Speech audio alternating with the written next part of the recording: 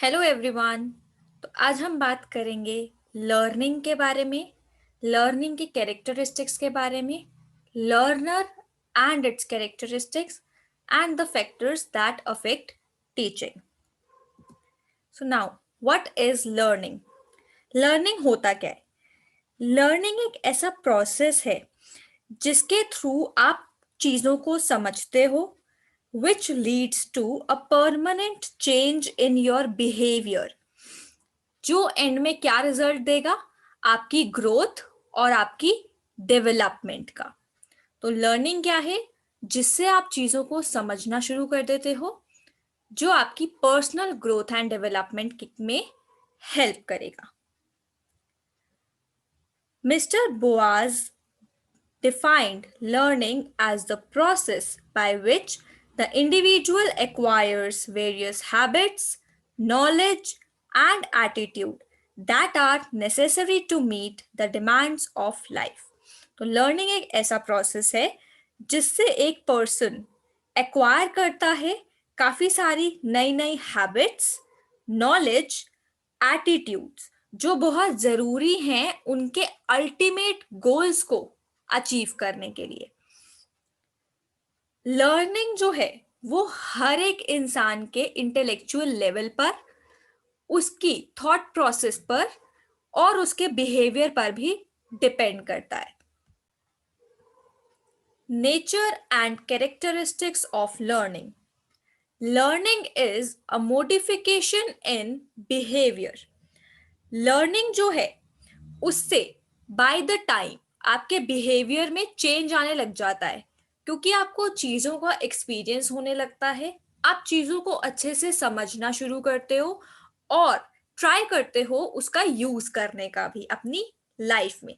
जैसे कि जब एक बच्चा बड़ा होने लगता है तो उसको क्यूरियोसिटी होती है अपने आसपास की चीज़ों को सीखने की, अपने आसपास की चीज़ों के बारे में जानने की।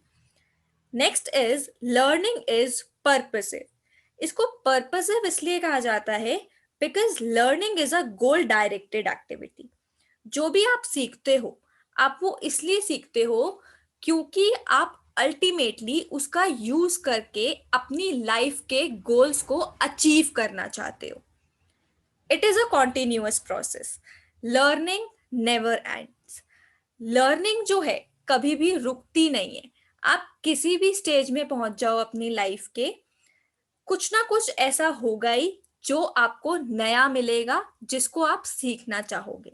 तो it is a continuous process, ये कभी खत्म नहीं होता। ये किसी स्टेज तक रेस्ट्रिक्टेड नहीं है कि यहां तक सीख लिया तो बस आपको सब कुछ आ गया। It is a universal phenomenon. Learning जो है हर कोई, हर एक ऑर्गेनिज्म, चाहे वो जानवर भी है, वो भी कुछ ना कुछ सीखता है काफी सारी चीजों से, जिसको वो अप्लाई करता है अपनी सीखी हुई चीजों को। तो हर एक ऑर्गेनिज्म जो है कुछ ना कुछ सीखता रहता है, इसीलिए इसको यूनिवर्सल फिनोमिनन कहा गया है। हर हर कल्चर में, हर एक ऑर्गेनिज्म में learning takes place. It is everywhere. Learning is progressive and development.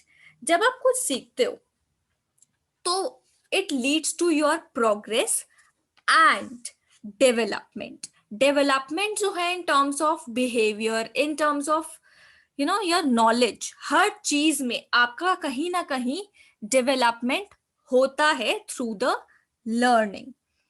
Learning जो है it is related to do something new, और जब आप वो नई चीज सीख जाते हो तो नेचुरली आप प्रोग्रेस की तरफ बढ़ने लगते हो। Last is learning is transferable. Transferable का यहाँ पे मतलब है, एक तो ये मतलब है कि जब आप कुछ सीखते हो तो वो आप किसी और को भी सिखा सकते हो इन टर्म्स ऑफ शेयरिंग इट। जब आप कुछ सीख रहे हो, आपको वो चीज समझ में आ गई, तो आप आगे जाकर किसी और को भी वो चीज सिखा सकते हो। दूसरा यहाँ पे ट्रांसफरेबल से हमारा ये मतलब है कि आपने जो भी चीज सीखी है, जिस भी चीज के बारे में लर्न किया है, उसको समझा है, आप उसको एक से ज्यादा सिचुएशंस में भी अपनी लाइफ में अप्लाई कर सकते हो, यूज कर सकते हो. Now will talk about learner characteristics. Learner के कैरेक्टरिस्टिक्स ब्रॉडली 4 टाइप्स के होते हैं: personal, academic, social and emotional and cognitive. जो पर्सनल कैरेक्टरिस्टिक्स हैं, these are often related to demographic information, जैसे कि एज, जेंडर, कितनी मेच्योरिटी है उसमें, लैंग्वेज क्या यूज करते हैं, सोशियो इकोनॉमिक बैकग्राउंड कैसा है, कल्चरल बैकग्राउंड कैसा है. तो ये सारी चीजें लर्नर के पर्सनल कैरेक्टरिस्टिक्स को डिफाइन करती हैं. Academic characteristics. एकेडमिक कैरेक्टरिस्टिक्स, जैसे हमें नाम से पता चल रहा है, it is more related to education of learner, कि वो पहले से कितना सीख कर आया है, उसकी नॉलेज जो है वो अभी किस लेवल तक डेवलप हो चुकी है, जिसके बेसिस पे आगे का डिसीजन लिया जाएगा कि उसे क्या सिखाना है. तो ये रिलेटेड है एकेडमिक कैरेक्टरिस्टिक्स से. Next is social and emotional. ये भी हमें नाम से पता चल रहा है कि वो कितना ज्यादा सोशली डिजायरेबल रिस्पॉन्स चाहता है, वो कितना ज्यादा सोशल है. एक्सट्रोवर्ट इंट्रोवर्ट ट्रेट्स की यहाँ पर बात आती है. Self efficiency, sociability, self image, वो किस तरीके से खुद को देखना चाहता है या देखता है. इसके अलावा वो कितना इमोशनल है चीजों को लेकर. कभी कभी कुछ चीजों को लेकर लोग बहुत जल्दी ऑफेंड हो जाते हैं, तो ये भी एक कैरेक्टरिस्टिक है जो लर्नर को डिफाइन करता है. And the last one is cognitive characteristic. नाम से पता चल रहा है cognitive characteristic is related to the thought process, the mental ability, intellectual skills, कितना जल्दी वो परसीव कर पाता है चीजों को, कितना वो चीजों को रिकॉल जल्दी कर पाता है, रिकॉग्नाइज कर लेता है, याद रखता है, प्रॉब्लम्स को कैसे एड्रेस करता है, कैसे ऑर्गेनाइज करता है, कैसे एनालाइज करता है, और उसको किस तरीके से सॉल्व करने की कोशिश करता है. तो ये सारी चीजें कॉग्निटिव कैरेक्टरिस्टिक्स डिफाइन करेंगी लर्नर की. Next is characteristics of adolescent learners. Adolescent जो एज होती है, जो ये एज ग्रुप होता है लर्नर्स का, इस एज ग्रुप में काफी ज्यादा लोगों में चेंजेस आते हैं in terms of behaviour and in terms of physical development too. तो अब हम इस ग्रुप के लर्नर्स के कैरेक्टरिस्टिक्स के बारे में डिस्कस करेंगे. First is behavioural changes due to physical development. क्योंकि अडोलिसेंस एज में फिजिकल डेवलपमेंट होने लगता है, जिसकी वजह से उनके बिहेवियर में काफी चेंज आता है. वो बहुत जल्दी चीजों को लेकर ऑफेंड हो जाते हैं, बहुत जल्दी इरिटेट हो जाते हैं. जब वो इस एज ग्रुप में होते हैं तो वो ज्यादा एब्स्ट्रैक्ट थिंकिंग स्टार्ट कर देते हैं, जिसका मतलब है कि वो चीजों को ना क्वेश्चन करने लग जाते हैं, चीजों के बारे में और ज्यादा जानने की कोशिश करते हैं, उससे जनरलाइजेबिलिटी ड्रॉ करने की कोशिश करते हैं.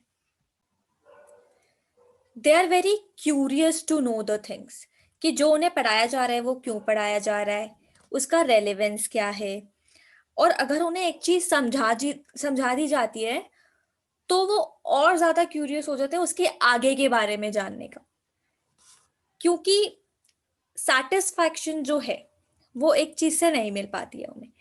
मैंने एक टॉपिक के बारे में सपोज उन्हें समझाया, तो अब वो चाहेंगे कि मैंने जितना समझाया है ना वो काफी नहीं है, और ज्यादा सिखाओ, और ज्यादा. तो उनमें क्यूरियोसिटी का लेवल जो है वो बहुत ज्यादा बढ़ जाता है. They seek for a social position. Social position ढूंढते हैं वो, अपनी अपनी एक आइडेंटिटी बनाना चाहते हैं लोगों के सामने. वो अलग अलग तरीके से ट्राई करेंगे कि जैसे बात करने का उनका तरीका है कोई, तो वो एक्सपेरिमेंट करेंगे लोगों पर कि अगर मैं इस तरीके से बात करता हूँ तो सामने वाले का रिस्पॉन्स कैसा होता है, अगर मैं ऐसे जवाब देता हूँ तो सामने वाले का रिस्पॉन्स कैसा रहता है. तो वो चीजों को स्टार्ट कर देते हैं एक्सपेरिमेंट करना, कि क्या सोशली डिजायरेबल रिस्पॉन्सेज हैं, तो उसके अकॉर्डिंग वो बिहेव करना स्टार्ट कर देते हैं। डिजायर ऑफ इंडिपेंडेंस, सब चाहते हैं कि वो इंडिपेंडेंट बने जल्दी से जल्दी, तो उनमें जो डिजायर होती है वो बहुत ज्यादा होती है। वो ये चाहते हैं कि जो भी वो डिसीजंस लें वो खुद लें, कोई उन्हें डायरेक्ट ना करे, और अगर करते हैं तो वो सुनना नहीं चाहते। इस तरीके का जो उनका बिहेवियर है वो हो जाता है at the age of adolescence, and they try to understand the complex moral issues, जो religious teachings होती हैं, जो कल्चर होता है, जो वैल्यूज होता है, उसके बारे में वो जानने की कोशिश करते हैं धीरे धीरे, पूछ पूछ कर कि ये जो होता है, ये वाले जो रिलीजियस टीचिंग्स हैं या ये जो हम रिचुअल फॉलो करते हैं वो क्यों करते हैं इस टाइम पर, क्योंकि वो इतने बड़े हो चुके होते हैं कि वो इन चीजों के बारे में जान सके, तो वो खुद से ही पूछना शुरू कर देते हैं, इन चीजों के बारे में भी वो लर्न करना चाहते हैं। Characteristics of adult learners, first is problem centred, they are very problem centred in nature. ऐसा क्यों कहा गया? क्योंकि वो जितनी भी अपनी एजुकेशन है, जो भी उन्होंने सीखा शुरू से अब तक, तो वो कोशिश करते हैं कि वो पूरी अपनी नॉलेज को अप्लाई करें एक पर्टिकुलर प्रॉब्लम को ढूंढने में और उसको सॉल्व करने के रास्ते ढूंढने में। That is to make out a problem and to work upon it to solve it. Next is result oriented. ये लोग जो होते हैं इनके माइंड में काफी क्लैरिटी होती है कि जो ये लोग सीख रहे हैं या सीखना चाहते हैं वो कहाँ अप्लाई करेंगे। अल्टीमेट गोल्स जो होते हैं वो यहाँ पर क्लियरली डिफाइंड होते हैं, तो उनको पता है कि जो ये सीख रहे हैं ये किस चीज में रिजल्ट कर सकता है। सेल्फ डायरेक्टेड, एडल्ट लर्नर्स में जो इंट्रिंसिक मोटिवेशन का लेवल होता है वो काफी हाई होता है। वो दूसरों पर डिपेंडेंट नहीं रहते कि कोई आएगा उन्हें बोलेगा कुछ करने को तो वो करेंगे। तो they are very self-directed, they are very intrinsically motivated to do the things, they are very skeptical in nature। skeptical का मतलब होता है जो किसी चीज से easily convince नहीं होता, वो उस चीज की वैलिडिटी को, उस चीज की ऑथेंटिसिटी को क्वेश्चन करता है। तो एडल्ट लर्नर्स जो होते हैं वो काफी स्केप्टिकल होते हैं, क्योंकि वो हर चीज के बारे में तह तक जाएंगे उसकी कि ये चीज जो मैंने ढूंढी है या जो मैं कर रहा हूं, जो मैं सीख रहा हूं, तो इसका क्या यूज है, वो उसको ट्राई करके देखेंगे, वो उसको पहले देखेंगे कि इसका यूज कहाँ हो सकता है, उसके बाद वो किसी चीज पर बिलीव कर पाते हैं। दे आर वेरी रिस्पॉन्सिबल, वो पूरी रिस्पॉन्सिबिलिटी लेते हैं अपनी लर्निंग की, अपनी लर्निंग आउटकम्स की, कि जो भी वो चीजें कर रहे हैं वो टाइमली मैनर में हो जाए, सही करें, वो एप्रोप्रिएट हो, तो इन चीजों का वो लोग बहुत ध्यान रखते हैं। इंडिविजुअल डिफरेंसेस, इंडिविजुअल डिफरेंसेस का मतलब है यहाँ हम लर्नर के बारे में ही बात कर रहे हैं कि जो लर्नर्स होते हैं सब एक दूसरे से अलग होते हैं, कोई भी सेम नहीं होता। और ये किस किस बेसिस पे हम लोग डिसाइड करते हैं? On the basis of their intelligence level. हर एक का intelligence level, thought processing, cognitive processing level अलग अलग होता है, आईक्यू लेवल अलग अलग होता है। तो हर एक learner in terms of intelligence is different from each other. हर एक का एटीट्यूड, बिहेवियर, ये सब भी अलग अलग होता है, जो टाइम टू टाइम चेंज भी हो जाता है। सेंस ऑफ अचीवमेंट सबकी हाई नहीं होती, किसी की हाई होगी, किसी की लो होगी, किसी की मॉडरेट होगी। जरूरी नहीं है जो मैं अपनी लाइफ में अल्टीमेटली अचीव करना चाहती हूँ वो मेरा पीयर भी करना चाहे, मेरे साथ में जो पढ़ रहा है। हम लोग एक साथ लर्न कर रहे हैं, एक ही कंटेंट पढ़ रहे हैं, लेकिन जरूरी नहीं है कि जो मेरी सेंस ऑफ अचीवमेंट है वो उसकी भी हो, जो मेरा अल्टीमेट गोल है लाइफ का वो उसका भी हो। इन टर्म्स ऑफ मोटर एबिलिटी सब अलग होते हैं, उनका जो मेंटल प्रोसेसिंग होता है चीजों को सीख कर उसको यूज करना, जैसे मोटर एबिलिटी का ज्यादातर यूज स्किल बेस्ड चीजों में होता है। जैसे मैं स्विमिंग सीख रही हूँ तो उसमें मोटर एबिलिटी का यूज ज्यादा होता है।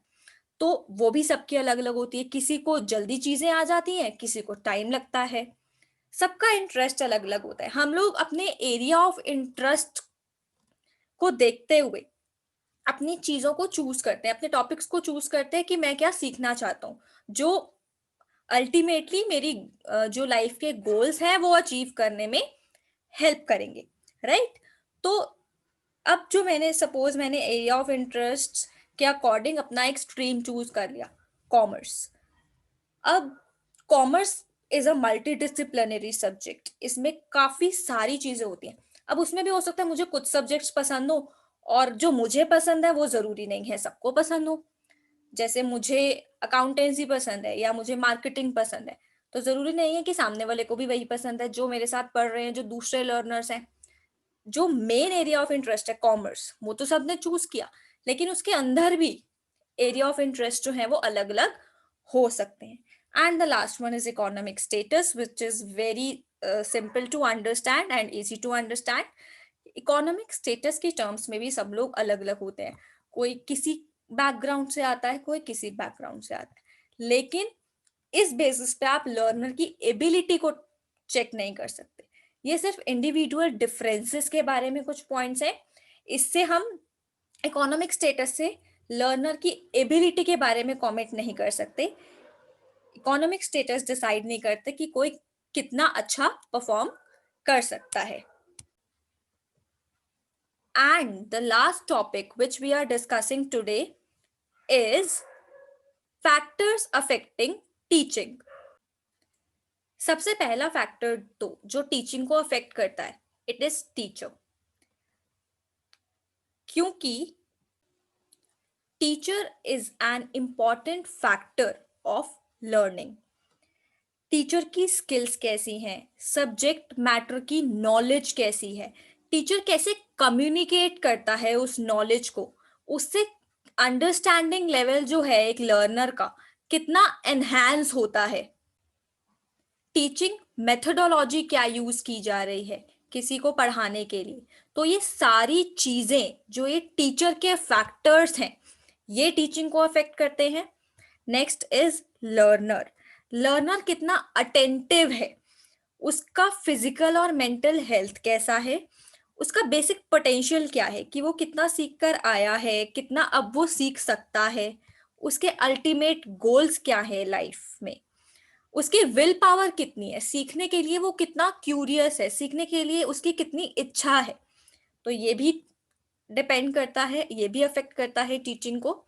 Next is support material.